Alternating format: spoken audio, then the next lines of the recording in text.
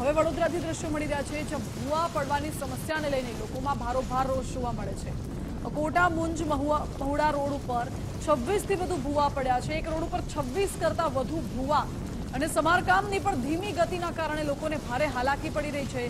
Quota Munj Mahuda તરફ જવાનો જે મુખ્ય રસ્તો છે રસ્તો અત્યારે બંધ કરાયો છે। ભૂવાની ફરતે તંત્રે માત્ર બેરિકેડિંગ કરીને સંતોષ માની લીધો હોય તેવું લાગે છે। રસ્તો બંધ કરી દેતા લોકોને હાલાકી પણ પડી રહી છે। ભૂવો પડતા તાત્કાલિક સમારકામ કરવામાં આવે તેવી પણ લોકોની માંગ છે। જો કે તંત્ર આંખ આડા કાન કરી રહ્યું એવું લાગે છે કારણ કે ધીમી ગતિએ અહીં કામગીરી થાય છે।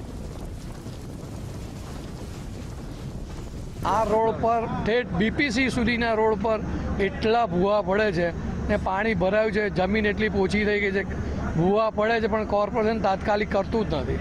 ખોદીને મૂકી રાખે છે, પાછા 2-4 દિવસ આવે છે કામ કરીને પાછા એ કરે છે। બહુ તકલીફ પડે છે ભાઈ। એટલે મહેરબાની કરો। હવે મેયરને કહું છું, કેયુરભાઈ રોકડિયાને કહું છું કે આ જેનો પણ એરિયા હોય એને તાત્કાલિક આ કામ ચાલુ કરવું જોઈએ। વડોદરા શહેરમાં અકોટાથી મુંજ મહુડા તરફ જવાના રસ્તા ઉપર 26થી વધુ ભૂવા પડ્યા હતા અને આ ભૂવા પડવાનું પાછળનું જે મુખ્ય કારણ છે તે ક્યાંક ને ક્યાંક ડ્રેનેજ લાઇન તેમજ જે વર્ષો જૂની જે પાણીની લાઈન છે તે નાખવામાં આવી છે અને વારંવાર લીકેજ થવાના કારણે આ ભૂવા પડે છે। હાલ તો આ જે અકોટા મુંજ મહુડા તરફ જવાના રસ્તા ઉપર માત્ર 4 ફૂટનો ભૂવો હતો, પરંતુ ડ્રેનેજની લાઈન અથવા તો પાણીની લાઈન લીકેજ થઈને તેના કારણે આ ભૂવો છે તેણે વિશાળકાય સ્વરૂપ ધારણ કર્યું। મહત્વની વાત અહીંયા એ છે કે જે રીતે કોર્પોરેશન દ્વારા ધીમી ગતિએ કામગીરી કરવામાં આવે છે અને તેના કારણે આ જે ભૂવાઓ છે તે ક્યાંક ને ક્યાંક મહાકાય રૂપ છે તે ધારણ કરતા હોય છે। હાલ તો આ જે આખો રસ્તો છે તેને બંધ કરી બેરિકેડિંગ કરી અને બંધ કરવામાં આવ્યો છે। લોકો પણ માંગ કરી રહ્યા છે કે અચાનક આ રસ્તો બંધ કરાતા લોકોને પણ ક્યાંક ને ક્યાંક હાલાકી છે તે પડી રહી છે। કોર્પોરેશનની ધીમી ગતિના કામગીરીને કારણે લોકોને પણ ક્યાંક ને ક્યાંક નુકસાન વેઠવાનો વારો આવે છે।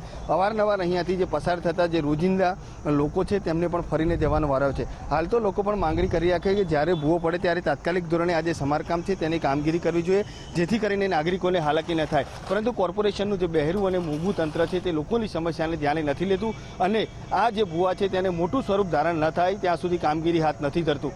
હાલ આખો આ જે ભૂવો છે તેની કામગીરી હાથ ધરવામાં આવી છે। આખો રોડ બંધ કર્યો છે, તેને લઈને પણ ક્યાંક ને ક્યાંક લોકોમાં રોષ છે તે જોવા મળી રહ્યો છે। કેમેરામેન ડીકે સોલંકી સાથે અલ્પેશ સુથાર, ગુજરાત ફર્સ્ટ, વડોદરા।